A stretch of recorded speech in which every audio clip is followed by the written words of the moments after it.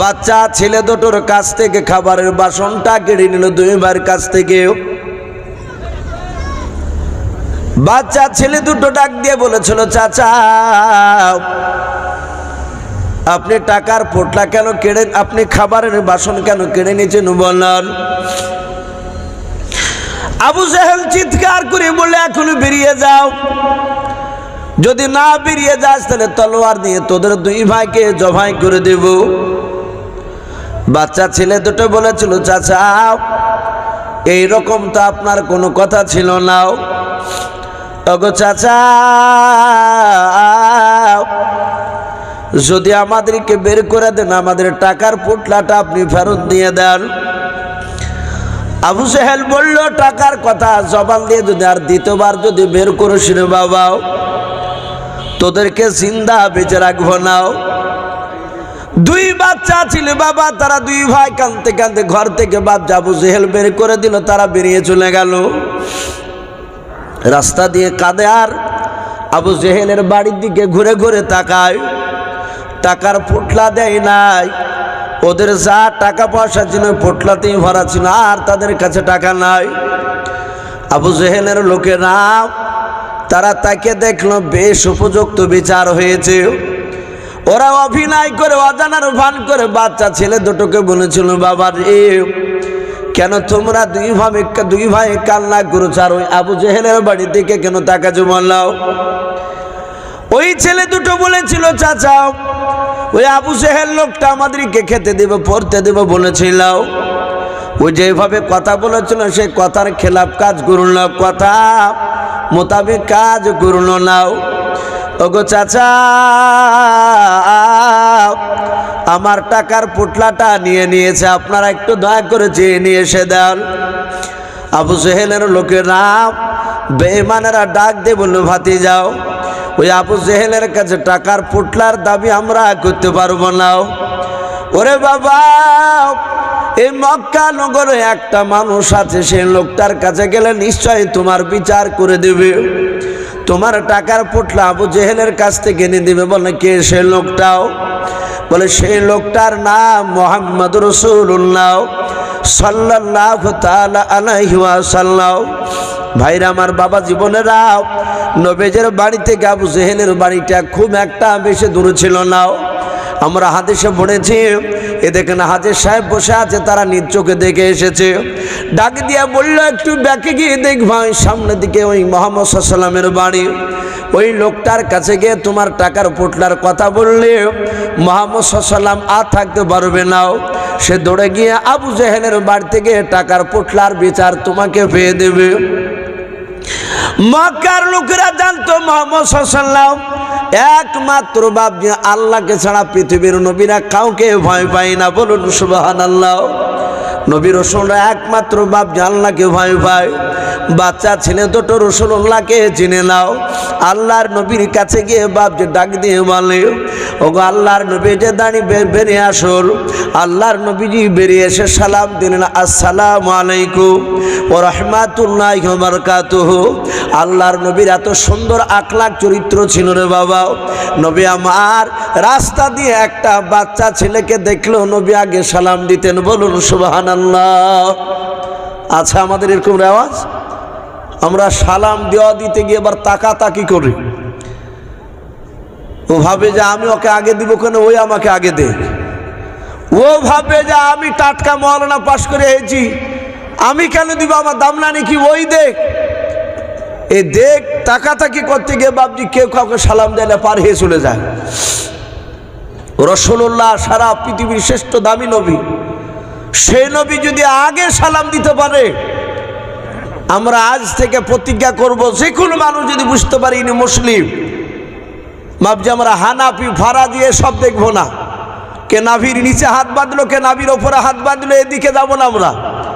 আমরা শুধু দেখবো যে উনি কলেমা পড়া ভাই কিনা আমার। মুসলমান বুঝতে পারলি আমরা তাকে আগে সালাম দেওয়ার চেষ্টা করব। বলুন ইনশাআল্লাহ। ভাবছি আমার সোনা লালেরা, আল্লাহর নবী জনাবে মুহাম্মদ রাসূলুল্লাহ সাল্লাল্লাহু আলাইহি ওয়াসাল্লাম বেরিয়ে এসে বললে, বাবা কি ব্যাপার? বলে আপনি নবী? বলে হ্যাঁ। আপনার আব্বার নাম কি? নবীজি বলেন, আমার আব্বার নাম আব্দুল্লাহ।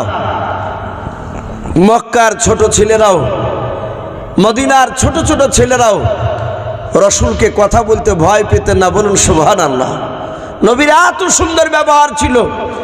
আমার বিশ্ব নবী ডাক দিয়ে বলেন, বাবা কাঁদছো কেন? বলে, চাচা ওগো আল্লাহ রসুল, আমাদের টাকার পুটলা ওই আবু জেহেল লোকটা নিয়ে নিয়েছে। নবী বলেন, তোমাদের টাকার পুটলা নিয়ে নিয়েছে? বলে, হ্যাঁ। বলে, দেয়নি? বলে, না। ওগো নবী, সেই লোকটা আমাদেরকে দেয়নি, যেভাবে জবান দিয়ে কথা দিয়েছিল তার উল্টো কাজ করেছে। ডাক দিয়ে বলল, ভাতিজা, ওরে বাবা, তোমরা দুই ভাইকে আবু জেহেলের সামনে দাবি করতে পারবা? বলে, অবশ্যই দাবি করতে পারবে। আবু জেহেলের লোকেরা তাদের উদ্দেশ্য ছিল নবীর কাছে গিয়ে বলে, নবী আর বসে থাকবে না, নবী আবু জেহেলের বাড়িতে যাবে। ওই বাচ্চা ছেলে দুটোর টাকার পুটলা যখন আবু জেহেলের বাড়িতে গিয়ে নবীজি ডাক দিয়ে বলবে, চাচা আপনি এই দুটো বাচ্চা ছেলের টাকার পুটলা কি কেড়ে নিয়েছেন? আপনি বলুন। যখনই নবীজি আবু জেহেলের বাড়িতে গিয়ে টাকা দাবি করবে, আর ওই সময় আবু জেহেল বাড়ির ভিতরে পেয়ে তার ভাতিজাকে দরজা বন্ধ করে দিয়ে ঘরের ভিতরে মুহাম্মদ সাল্লাল্লাহু আলাইহি ওয়াসাল্লামকে মারবে। আমরা আবু জেহেলের লোকেরা দূর থেকে আমরা হাততালি মেরে মেরে আনন্দ ভোগ করবো, আমরা আনন্দ পাবো।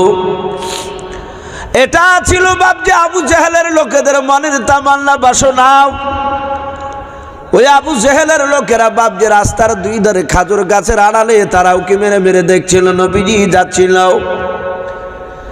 আমার বিশ্ব নবীজি দুই বাচ্চার হাত ওখানা ধরে ধরে নিয়ে যাচ্ছে।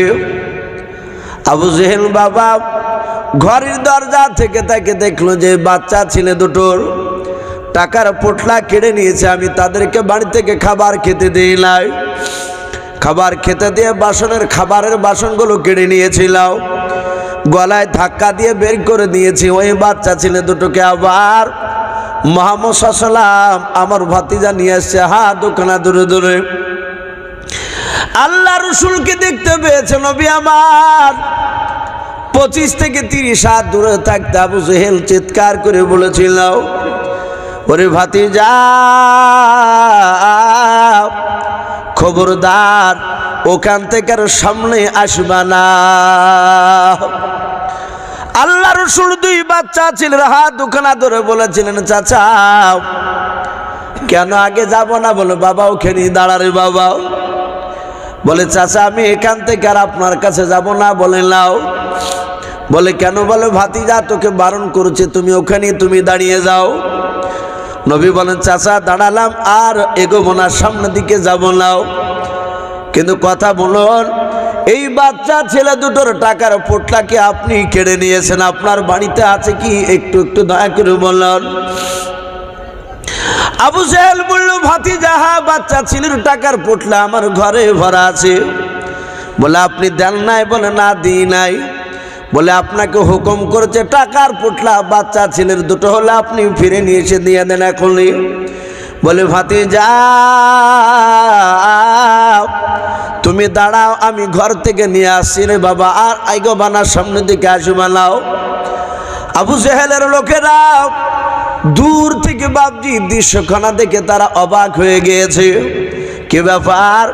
ছলে বলে কৌশলে তার দুশ্মনকে নিয়ে যেতে দিলাম বাড়ির দিকে। বাড়ির দিকে যাচ্ছিল, আর আবু জেহেল আর বাড়িতে যেতে না দিয়ে দূর থেকে স্বীকার করে নিল টাকার পোটলা নিয়েছে বলে। মুহাম্মদ সাল্লাল্লাহু আলাইহি ওয়াসাল্লাম চাইলো আর ফিরে দিচ্ছে টাকার পোটলাটাও। আল্লাহর নবীর কাছে এসে টাকার পোটলা আবু জেহেল সামনে দিয়ে দিল। নবী ডাক দিয়ে বলেন, বাবা দেখো টাকার পোটলাতে সঠিক টাকা আছে কিনাও।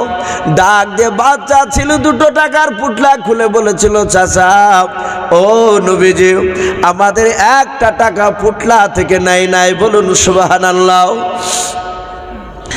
নবী বলেন, নাইনি? বলে, না। বলে, তাহলে বাড়ি চলো। আবু জেহেল বলল, ভাতিজা আর আমার কাছে নাই, যা ছিল সব টাকার পোটলা ফেরত দিয়ে দিলাও। আল্লাহর নবী জনাবে মোহাম্মদ রাসূলুল্লাহ সাল্লাম চলে গেলেন।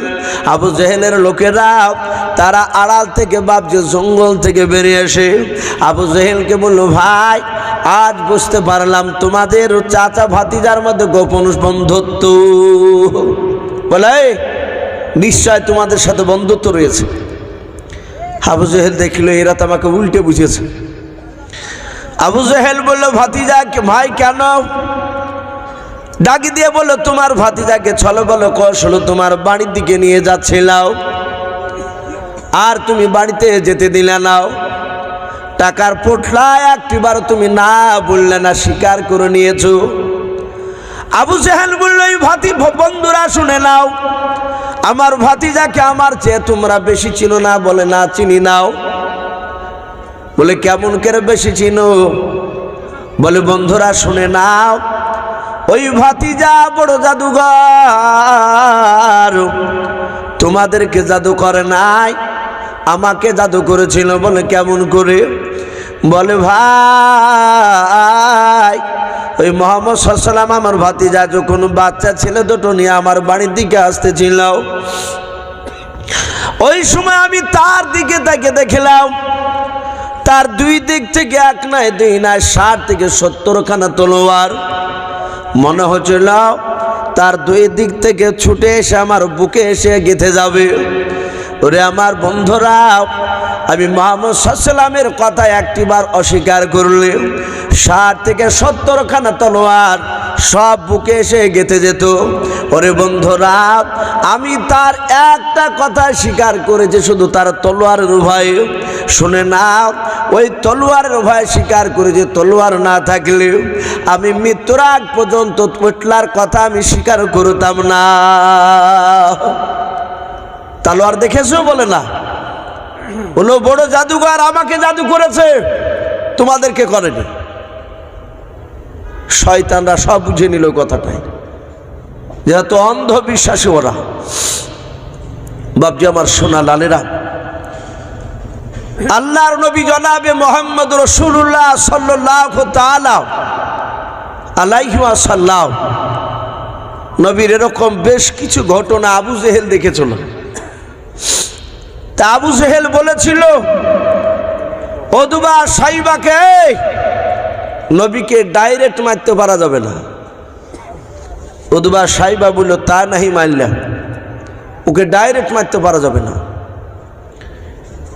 বলে কি করা যায়? বলে আগামীকাল সকালবেলা মিটিং ডাকেন। তাফসীরে মারিফুল কোরআনে এসেছে, সকালবেলা বেঈমান আবু জেহেল বাপজি তার দলের লোককে ডাকলো। এক নয় দুই নয় 12,000 বেঈমান বাপজি সব মুশরিকের বাচ্চারা সব একত্রিত হলো। সে সভার প্রধান বক্তা ছিল বেঈমান আবু জেহেল। আবু জেহেল ডাকে দিয়ে বলল, এই মক্কা নগরে কেউ কে আছো মুহাম্মদ সাল্লাল্লাহু আলাইহি ওয়াসাল্লামকে হেনস্থ করার মতো কেউ?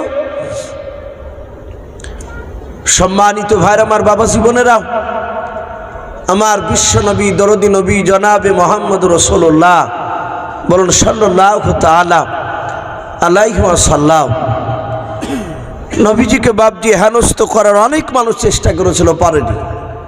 ভাই আমরা একটা দুটো করে মানুষ উঠে চলে যাচ্ছে, আর মানুষও কম, আর তাতে ঠান্ডার সময় সত্যি প্রতিটা মানুষের কষ্ট হচ্ছে।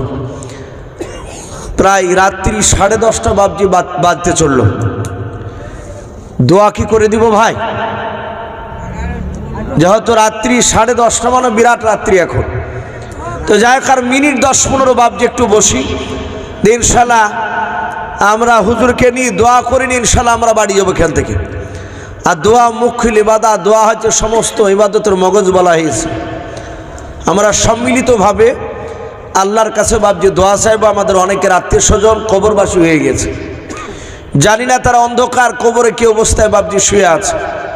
তা আমি বলছিলাম আল্লাহর নবী জনাবে মোহাম্মদ রাসূলুল্লাহ সাল্লাল্লাহু তাআলা আলাইহি ওয়াসাল্লাম আমার বিশ্ব নবীকে বাপজি মারার জন্য আবু জেহেল 12,000 লোককে ডেকেছিল। ডাকে দিয়ে বলল, কেউ আছো? মুহাম্মদ সাল্লাল্লাহু আলাইহি ওয়াসাল্লামকে মারতে পারবা? বাপজি ওখানে অনেক লোক ছিল, কেউ বাপজি আপনার হাত তুলতে পারে নাই।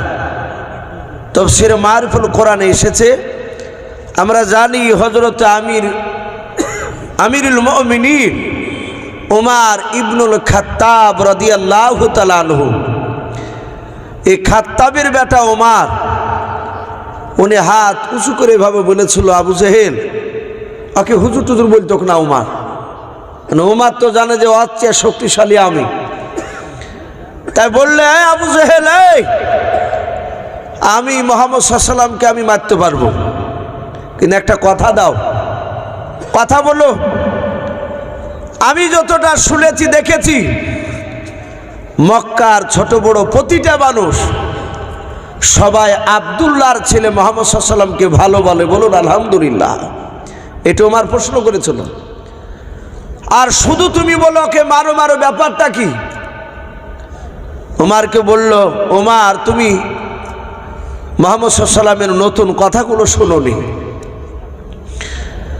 হাদিসে এসেছে বাপজি, আমার রাসূলের উপর কোরআন নাজিল হওয়ার পরে কাফেররা দেখেছিল কোরআন এমন একটা জাদুকৃত কিতাব, কোরআন এমন একটা আকর্ষণ, মানুষ একটু মন দিয়ে শুনলি মক্কা নগরে সেই সময় তারা নবীর না হয়ে থাকতে পারত না, বলুন আলহামদুলিল্লাহ, তারা নবীওয়ালা হয়ে যেত। তাই আবু জেহেল, উতবা, সাইবারা যুক্তি করে মিটিং করে তারা বলেছিল, লা তাসমাউ লিহাযাল কোরআন ইলা আখিরিল আয়াত। তারা বলেছিল, খবরদার মুহাম্মদ সাল্লাল্লাহু আলাইহি ওয়াসাল্লামের কোরআনকে শুনো না। এভাবে আঙ্গুল দিয়ে তারা চলে যেত। এখনো এক দল আছে পৃথিবীতে বাপজি মুসলমান, তাবলিগ জামাতকে সবাই ভালোবাসে না। আমি জানি না আপনাদের এলাকায় ওই দল আছে কিনা, আমার মনে হয় এখন আর নেই। এসব আপনাদের এই শাহাদাতপুর মাদ্রাসার এই যে হুজুর বসে আছেন, প্রাক্তন মাওলানা, আপনাদের এলাকার খুব দামি, ওনাদের মেহনতে বাপজি অনেক শিরিক বেদাত আপনাদের এখান থেকে একদম দূর হয়ে গেছে। যেটা বাপজি পাথর সাপড়িতে যায়, যারা ওই সব লোকগুলো আমাদের এলাকায় আছে, তারা তাবলিগের বাপজি মসজিদে তাবলিগ যেতে দেয় না। আমাদের এলাকায় অনেক মসজিদে যেতে দেয় না। ওরা বলে যে তাবলিগের কথা শুনো না, এরা পাকা নবী দুশমন। আমরা দেখেছি ভাই, আমি একটা আমাদের এলাকায় জালসা বাপজি আমাকে দাওয়াত করেছে, 3টে শিক্ষিত ছেলেতে। জালসার 2 দিন আগে ফোন করে বলছে, হুজুর মাফ করবে। কেন? বলে, হুজুর আপনার আর মুফতি জারজি সাহেবের নাম শুনে আমাদেরকে আর জালসা করতে দিবে না। কেন? বলে, ওদেরকে এখানে নিয়ে আসা হবে না। তা আমি বলেছিলাম যে ভাই একটু আধ ঘন্টা ওয়াজ করতে দিবে না, ওরা শুনবে, শুনে যদি বুঝতে পারে কেন আমাদেরকে করতে দেবে না। বলে, আপনারা নাকি নবীর দুশমন। বলুন আস্তাগফিরুল্লাহ, আমরা নাকি নবীর দুশমন? আমাদের কথা তো বাপজি নবীর দুশমনওয়ালা কথা, বুঝতে পারে? আমরা তো নবীর মহব্বতের, সাহাবাদের, নবীদের কথা বলি। আমি নিজ চোখে দেখেছি বাপজি, আমরা আলোচনা করার পরে দূর থেকে লোকগুলো অনেকে শুনছিল, আস্তে আস্তে এগিয়ে আসছে। পরে এসে বলছে, হুজুর মাফ করবেন, আপনাদেরকে অনেক গালিগালাজ করেছি, কিন্তু আমাদেরকে মারেনি, নবীকে মেরেছে।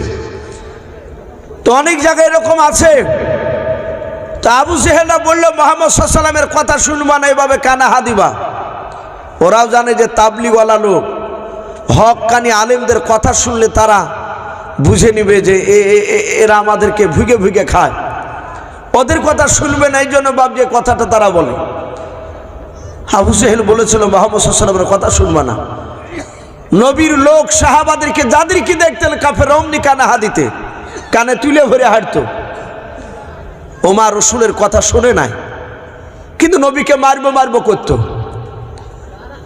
নবীর অনেক সাহাবাকে ওমর মেরেছে। আবু জেহেল বুলিয়েছে, তুলি নিয়ে গিয়ে মারতে শুরু করেছে। ওমর বলল, আমি মারবো বেটা মুহাম্মদ সাল্লাল্লাহু আলাইহি ওয়াসাল্লামকে। সব 12,000 লোক এভাবে হাত তালি মেরে বলল, খাত্তাবের বেটা ওমর ছাড়া কেউ মারতে পারবে না। ওমর বলল, মারতে পারলে কি দিবা? তাকে কয়েকটা পুরস্কার ঘোষণা করলো। ওমর বলল, দিবা তো আবু জেহেল? বলে, হ্যাঁ দিব। বলে, তুমি পাহাড়ে হাদা, কুবা পাহাড় বলে একটা পাহাড় রয়েছে, মক্কার লোকেরা ওই পাহাড়ে হাত দিয়ে কথা দিলে সেই কথা তারা পোড়া করত। সে সময় আবু জেহেল বলে আমি কথা দিলাম, বলে তাই, বলে হ্যাঁ, বলে একটা বিষাক্ত ছোরা দেন। উমারকে একটু বাবজি ছোরা দিল, ছোরাটা বাবজি কোমরে ভরে নিয়ে উমার দৌড়াচ্ছে রাসূলুল্লাহকে মারবে। মুহাম্মদ সাল্লাল্লাহু আলাইহি ওয়াসাল্লাম অতিবাড়া বেড়েছে, 12,000 লোকের মধ্যে বাবজি কেউ হাত তুলেনি, শুধু উমার তুলেছে হাত। হযরত উমার বাবজি দৌড়ে চলে যাচ্ছে মরুভূমির ময়দান দিয়ে। ময়দানে যাচ্ছিল, দেখছিল রাসূলুল্লাহর একজন সাহাবা, কিতাবে নাম এসেছে হযরতে নাঈম রাদিয়াল্লাহু তাআলা আনহু বলে নাম। নাঈম বলেন, ভাই উমার, ও তো উত্তেজিতভাবে দৌড়া কোথায়? ডাক দিয়ে বলল, মুহাম্মদ সাল্লাল্লাহু আলাইহি ওয়াসাল্লাম আব্দুল্লাহর ছেলে, সে বড্ড বাড়া বেড়েছে, তার মাথাটা কাটতে যাচ্ছে, আমাদের নেতা আবু জেহেল বলেছে। নাঈম বলল, ভাই তুমি তো একাই, আর মুহাম্মদ সাল্লাল্লাহু আলাইহি ওয়াসাল্লামের তো সাথী আছে, তারা তো তোমাকে কম করে ছাড়বে না। যাহাতে আইবিলে স্যার উমার আরো রেগে গিয়ে বলে, এই বেটা, তোর কথা শুনে মনে হচ্ছে তুই ওরই লোক। যারা ইমানদার হয়, আল্লাহওয়ালা হয়, পৃথিবীর কাউকে দেখে ভয় পায় না, একমাত্র আল্লাহকে ছাড়া। আমাদের ইমান দুর্বল, তাই ভাবছি আমরা ভয় করি, কিন্তু সাহাবাদের ইমান তার দুর্বল ছিল না। নাঈম বলল, ভাই আমি রাসূলুল্লাহর প্রকৃতি, আমি সাহাবা। ওমর বলল, তোকে আগে জবাই করব, তারপরে বেটা মুহাম্মদ সাল্লাল্লাহু আলাইহি ওয়াসাল্লামের কাছে যাব। নাঈম বলল, ভাই আমারও হাতে তলোয়ার রয়েছে, তুমি যদি আমাকে 10টা মারো আমি একটা তো মারতে পারবো। এই উমর, তোমারও হাতে তলোয়ার, আমারও হাতে তলোয়ার, তোমার দুটো হাত, আমারও দুটো হাত, তোমারও শরীরে রক্ত রয়েছে, আমারও শরীরে রক্ত রয়েছে। উমর, আমাকে মারার আগে, নবীকে মারার আগে তোমার বাড়িটা ভালো করে খোঁজ নাও গা। উমর বলল, বাড়ি মানে? বলে, খোঁজ রেখেছে তোমার আপন কলিজার টুকরা বোন ফাতেমা আর ফাতেমার স্বামী শাহিদ, এরা দুজনাতেই তোমার রাসূলের যে নবীকে মারতে যাচ্ছ সে নবীর কলেমা পড়ে মুসলমান হয়েছে, বলুন সুবহানাল্লাহ। উমারের যা রাগ ছিল নবীর উপর, তার চেয়ে বেশি রাগ হয়ে গেল তার বোন বনের উপরে, তার দুলা ভাইয়ের উপরে। ডাক দিয়ে বলল, নাঈমকে, নাঈম এই কথা মিথ্যা বলছিস না তো? বলে না, খোঁজ নাও গা, দেখতে বাবা। কিতাবে এসেছে সাঈদ আর ফাতেমা এরা দুজনে একজন সাহাবাকে ডেকে নিয়ে সে কোরআন শিখছিলেন।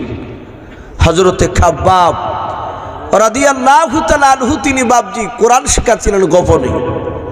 সে সময় উমারের ভয়ে প্রকাশ্যে কলেমার দাওয়াত দিতে পেরেছিলেন না, চুপি চুপি কলেমার দাওয়াত দিতেন, দিনের দাওয়াত।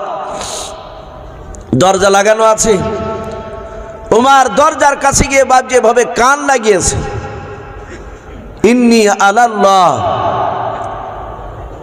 কোরআন শরীফে কেউ বলেছেন সূরা তাহা, কে বলেছেন তওবার, 3টে বাবজি আয়াত হযরত উমারের কানে বাবজি আওয়াজ গিয়েছে।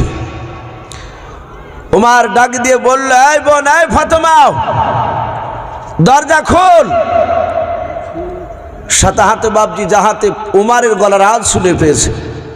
ফাতেমা বুঝতে পেরেছে তো আমার মায়ের পেটের ভাই, এ তো আমারই তো ভাই।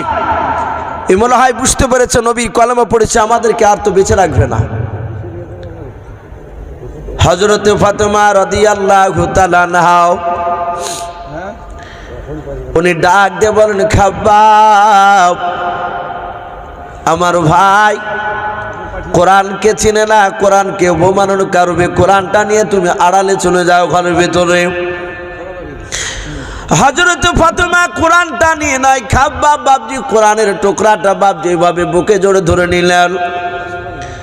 সে সময় কোরআন বাবজি আপনার গচ্ছিত ভাবে ছিল না, চামড়া লেখা থাকতো, গাছের পাতায় লেখা থাকতো, পাহাড়ের গায়ে লেখা থাকতো। হযরতে খাব্বাব কোরআনের বাবজি আয়াতগুলোকে বাবজি বুকের সাথে আপনার জড়ে ধরে নিয়ে ঘরের আড়ালে চলে গেল। কিছু বলছেন? যাহাতে বাবজি ঘরে গেল, ওমর ডাক দিয়ে বলল, ফাতেমা দরজা খোল। আবার যাহাতে বলেছে দরজা খোল ফাতেমা। আর তারা স্বামী স্ত্রী দুজনায় চিন্তা করেছে, ভাই আমাদেরকে বোঝার বেঁচে রাখবে না, আমাদেরকে মারবে নবীজির কলমা পড়ার জন্য। ওমর তার বোন দরজা খুলতে দেরি হয়েছে বলে বাপজি লাত মেরে দরজাটা ভেঙে ফেললাও। এখনকার মতো সিমেন্ট বালি দিয়ে বাপজি আপনার সেই সময় দরজা করা ছিল না। যাহাতে বাপজি পায়ের লাত মেরেছে দরজা ভেঙে গেল। ওমার ঘরে বাপজি তলোয়ার হাতে করে নিয়ে ডাক দিয়ে বললাও। দৌড়ে গিয়ে তার আপনার দুলাভাই শহীদের বাম হাত দিয়ে দড়িখানা ধরলাও। দাড়িখানা খেয়ে বাম হাত দিয়ে ধরার পর ডাক দিয়ে বলেছিল, ভাই শুনলাম তুমি নাকি কলমা পড়ে নিয়েছো। বলো কলমা যদি পড়ে নাও তাহলে তোমাকে মারবো আর বেঁচে রাখবো নাও। এই ভাই নাহলে তুমি এখনই কলমা ছেড়ে দাও। শহীদ বাপজি সিংহের মতো গর্জন দিয়ে বলেছিল, ওরে ওমার ভাই শুধু আমি একাই নয়, তোমার কলিজার টুকরা বোন ফাতেমা শুধু শুনে নাও। আমরা স্বামী স্ত্রী দুজনায় নবীজির কলমা পড়ে মুসলমান হয়ে গিয়েছি। ওমার আরো বাপজি রেগে গেল। ওমার বাপজি তার নিজের দোলা ভাইয়ের দাড়িখানাকে ধরে বাপজি টান মেরে ঝাঁকটা মেরে মাটিতে ফেলে দিলাও। হযরত উমর দুলো ভাই আগলাতে পড়ে গেল। আগলাতে বাপজি পড়ে যাওয়ার পর উমর বাপজি পায়ে আপনার নয় তার বুকের উপর দাঁড়িয়ে পা দিয়ে লাত মারতে লাগলো আর তলোয়ারের উল্টা পিঠ দিয়ে বাপজি আঘাত করতে লাগলো। ডাক দিয়ে বলে, ভাই কলমা ছেড়ে দাও। বলো কলমা ছাড়বে খেলাও। হযরত শহীদ কাদের বলে, ভাই উমর মারতে মারতে যদি ধুলার সাথে আমাকে যদি মিশিয়ে দাও, এই কলিজার ভিতর থেকে নবীর কলমাকে বের করতে পারবা না। বলুন সুবহানাল্লাহ।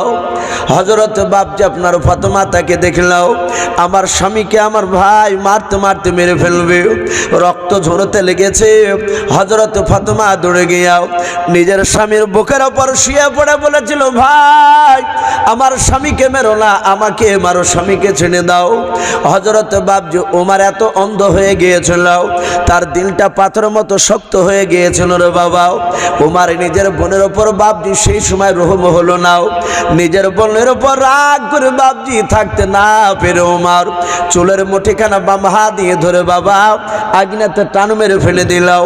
দাঁড়াস করে বাপজি চিত হয়ে পড়ে গেল। হযরত বাপজি ওমর দৌড়ে গিয়ে তার বোনের বুকের ওপর দাঁড়িয়ে পা দিয়ে বাপজি লাত মারতে লাগলো আর বলতে লাগলো, ওরে বলু ফাতেমা মারতে মারতে তোর বুকের বাতাগুলো ভেঙে দেব। বল এখনো নবীজিকে ছাড়বে খেলাও। তলোয়ারের উল্টো পেট দিয়ে বাপজি আবার মারতে শুরু করলাও। ফাতেমা ডাক দিয়ে বলেন, ভাই মারো গো, নবীজির কলমা ছাড়বো নাও। আবার মারতে শুরু করলাও। এত মার মারে হযরত ফাতেমা একটিবারও বাপজি বলে নাই যে আমি কলমা ছেড়ে দেব। যত মারে তত ফাতেমা চিৎকার করে বলে, ভাই আরো মন ভরে তুমি মারো। ভাই শুনে নাও, আমাদেরকে মেরে ফেলতে পারো কিন্তু নবীজির কলমা আমার কলিজা থেকে বের করতে পারবা নাও। হযরত বাপজি ওমর দেখলে এত মার মারলাও। ওমর থেকে দেখছে আগুনেটা বাপজি রক্ত রঞ্জিত হয়ে গিয়েছে। ওমর ডাক দিয়ে বলেন, বল ফাতেমা এমন কি জাদু করেছে তোদের দুইজনকে তোরা কলমা ছাড়বি নাও। ওরে বোন একটিবার আমার কাছে জানের ভিক্ষা চা, তাইলে আমি মাঠটা তোদেরকে বন্ধ করে দেব। হযরত উমরের বোন ফাতেমা ডাক দিয়ে বলেছিল, ভাই যেই নবীর কলমা পড়েছি সেই নবী জনাবে মুহাম্মদ রাসূলুল্লাহ সাল্লাল্লাহু তাআলা আলাইহি ওয়াসাল্লাম বলেছেন, একমাত্র আল্লাহর কাছে ছাড়া কারো কাছে সাহায্য চাওয়া যাবে না।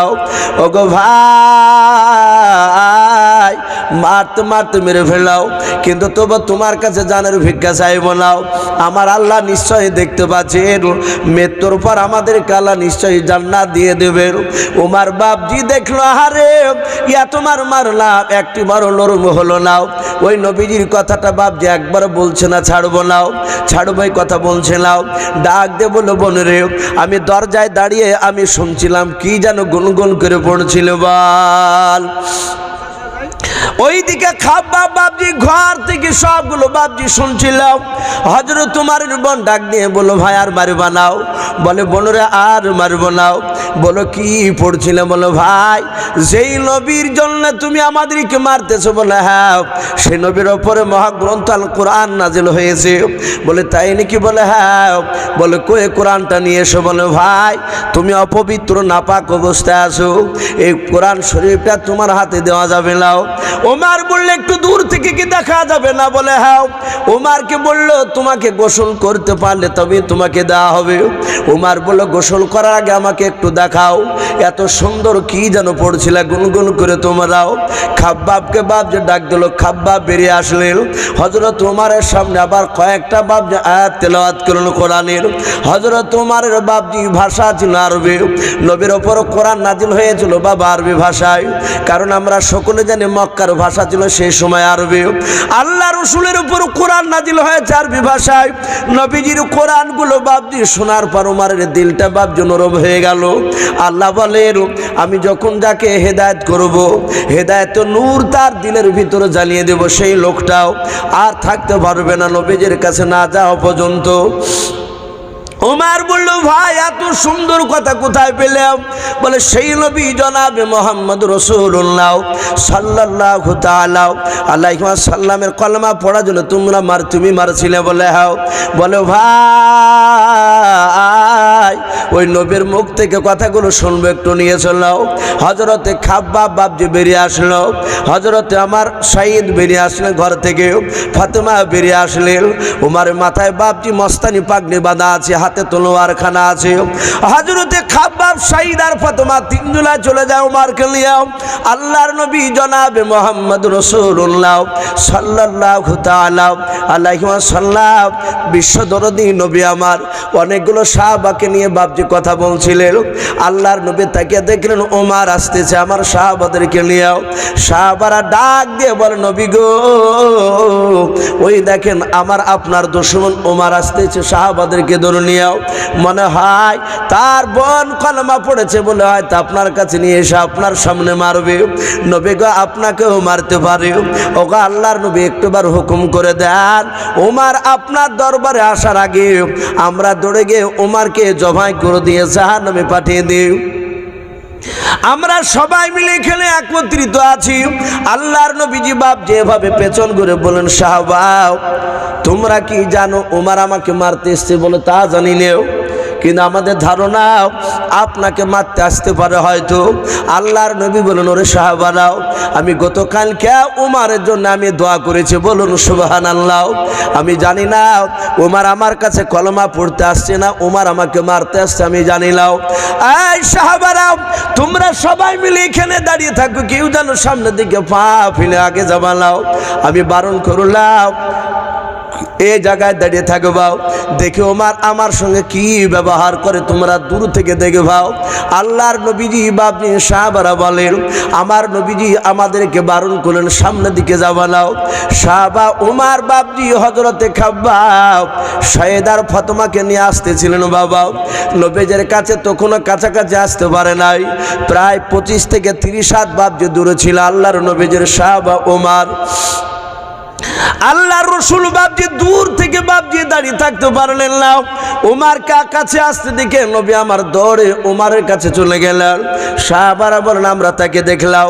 নবী আমার ওমরের কাছে যাওয়ার পর ওমরের গলার বাপজি পাঞ্জাবি খানা, এভাবে জামাখানা কলার খানাও আল্লাহর নবীজি ধরে দাঁড়িয়ে গেলেন।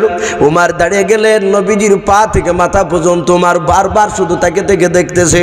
হাতে বাপজি তলোয়ার খানা, ওমরের হাতেও লম্বা তলোয়ার। আল্লাহর নবী বলেন, ওরে ওমর, আর কতদিন পাগলামি করবা?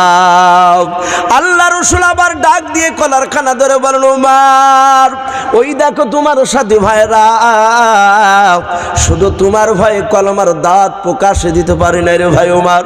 ওরে ওমর, উমার অনেক পাগলামি করা হয়েছে, আর পাগলামি করো না রে উমার। উমার কোনো কথা বলে নাই, শুধু নবীজির বাপ যে কান্না দেখতেছে, নবীর চোখ দিয়ে পানি ঝরতেছে। আল্লাহ রসুলের কান্না দেখে উমার থাকতে পারে নাই, উমারের চোখ দিয়ে পানি গড়ায়। আল্লাহ রসুল কলার খানা ধরে আর ঝিটকে টেনে টেনে মেরে বলেন, ওরে উমার আর পাগলামি করো বালাও। উমার, আমার এটা মনের আশাও, তুমি আমার সাথী ভাইদেরকে নিয়ে তুমি নেতা হয়েও, তুমি এই কমান্ডার হয়ে কলমার দাওয়াত দিবা, বলুন সুবহানাল্লাহ। উমার বাপজি সহ্য করতে পারলো না। আল্লাহ রসুল বলেন, উমার এখনো তুমি আমাকে চিনতে পারো না। এই উমার, আমি তোমার দরদি মায়ের নবী, একটু আমার দিকে ভালো করে তুমি তাকিয়ে দেখো। এই উমার, একটু মহব্বত নজরে একটু আমার দিকে তাকিয়ে দেখো রে উমার। উমার ফ্যাল ফাল করে চাতক পাখির ন্যায় চেয়ে রসুলের চেহারার দিকে চেয়ে থাকার পর পায়ের তলে উমার তলোয়ার খানা নবীর সামনে ফেলে দিলেন। ডাকে দিয়ে বলেন, হুজুর আমি আপনাকে এতদিন চিনতে পেরেছিলাম লাও, আপনার কোরআনের কথাগুলো আমার কানে গিয়েছিল না, আজ কানে গিয়েছে। ও নবীজি, আপনার কাছে তলোয়ার খানা দিয়ে দিলাম, আমি অন্যায় করেছি নবী, এত বড় অন্যায় করেছে, অন্যায়ের ক্ষমা হবে না। নবী গো, আপনি তলোয়ার দিয়ে আমাকে জবাই করে দেন। আল্লাহর নবীজি বাপজি আর মারলেন লাও। উমারকে পাঁজা মেরে ধরে বলেন, উমার রে, আমি রহমাতুল লিল আলামিন পয়গম্বর, জোরে বলুন সুবহানাল্লাহ। ওবার আমি বদলা নিতে আসিনি। এই উমার, আমাকে যে আল্লাহ রহমতের নবীকে পাঠিয়েছে, উমার আমি তোমাকে সব মাফ করে দিয়েছি। আমার নিশ্চয় আল্লাহ তোমাকে মাফ করে দিয়েছেন। উমার, তুমি কলেমা পড়ে নাও। উমার কলেমা পড়ে বাপজি মুসলমান হয়ে গিয়েছিল। নবী বললেন, উমার তুমি আজ থেকে মুসলমান। উমার বলল, হুজুর আমি আজ বুঝতে পেরেছি এটা সত্য ধর্ম।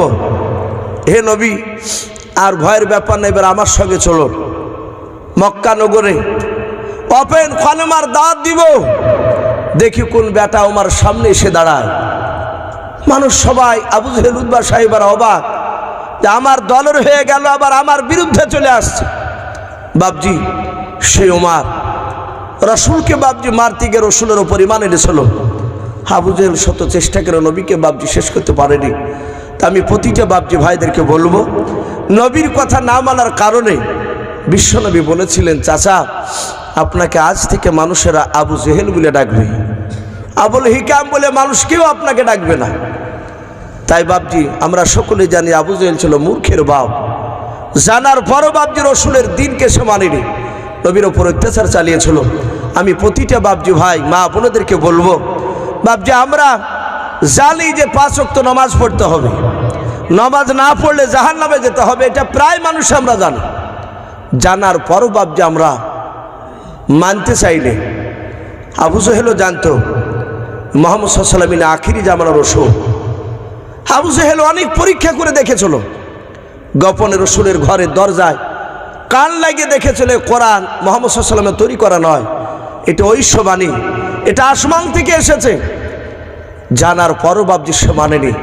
সে জানতো মুহাম্মদ সাল্লাল্লাহু আলাইহি ওয়াসাল্লামের কথা যদি কলেমা পড়া যায় ওজনে কম দেওয়া যাবে না। মুহাম্মদ সাল্লাল্লাহু আলাইহি ওয়াসাল্লামের কথা কলেমা পড়ে নিলে চিটারি করা যাবে না, মিথ্যাবাদী কথা বলা যাবে না।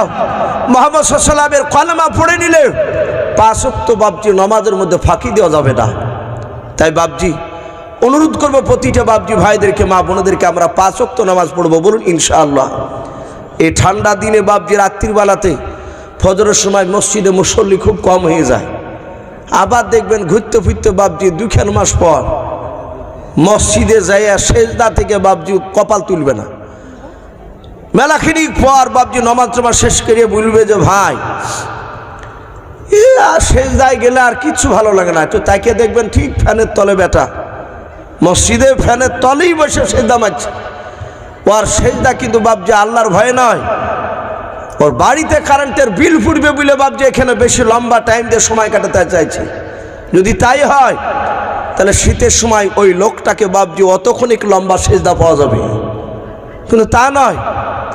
শীতে অনেক মুসল্লি নাই, আবার দেখবেন গরমের সময় নতুন নতুন বাপজি যারা বাদ দিয়ে দিয়েছে 6 মাস আগে, তারা আবার বাপজি নতুন করে নামাজের দিকে যাবে। বাপজি অনুরোধ করব, নামাজ এত গুরুত্বপূর্ণ। আমার বিশ্বনবী দরুদ নবী বলেছেন, নামাজবিহীন কোনো মানুষ জান্নাত যেতে পারবে না, জোরে বলুন সুবহানাল্লাহ। নমাজ পড়াই লাগবে।